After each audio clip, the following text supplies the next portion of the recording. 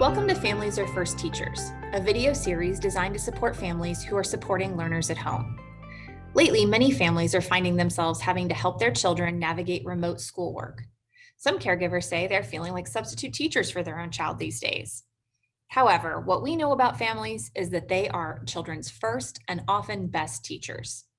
These short videos are designed by experts in curriculum and instruction, behavior, and special education from Summit Educational Service Center and State Support Team Region 8, with the goal of empowering family members for the new teaching roles they find themselves in. Good day, everyone. My name is Jean Pana, and I am a gifted consultant here at Summit Educational Service Center. Today, I'd like to talk to you about something I'm very passionate about, and that is the idea of passion projects. Passion projects were part of my classroom as a gifted teacher, and I always was fascinated about what my students found fascinating. Gifted students often have interests that are outside of what they study in school, and during these interesting times, allowing them the time to develop, research, or just learn about an area of interest can have huge benefits for them.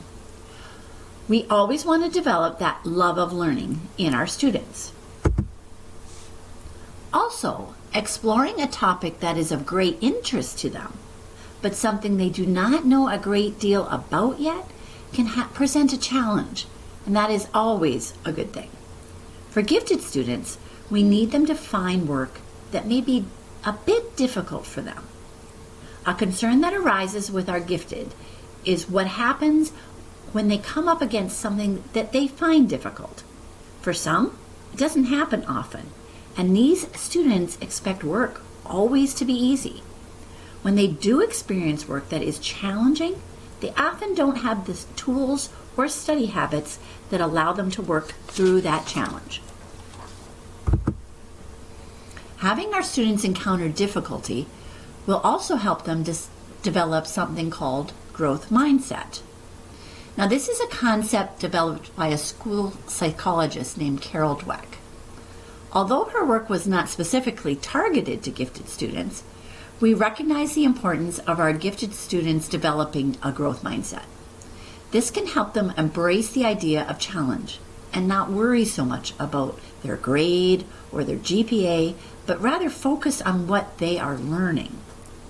When you develop a growth mindset, you do not feel shut down by mistakes, but rather you use mistakes as a way to improve yourself.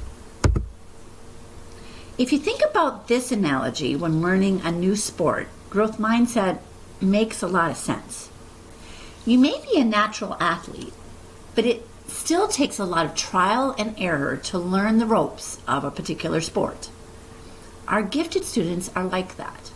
They have a natural ability for academics, but learning how to learn can be a struggle for some when they encounter work that is new or more difficult for them. We need to nurture and encourage their struggle. Rather than praising the A, we want to praise things like their work ethic, their diligence, or their attention to detail they put into the work. This will serve them well in the long run. So, with that in mind, back to the idea of passion project. This fits well with the growth mindset because when students are really invested in the topic, they are also so engaged they often work harder and overcome learning obstacles they might encounter. Just watch them figure out how to play a complex new video game and you'll see that. The formal idea of a passion project comes from Google's Genius Hour, where all Google employees are allowed to use 20% of their workday on their own personal projects. This was so successful, items such as Gmail were a result of the passion projects at Google. So again, what is your child interested in?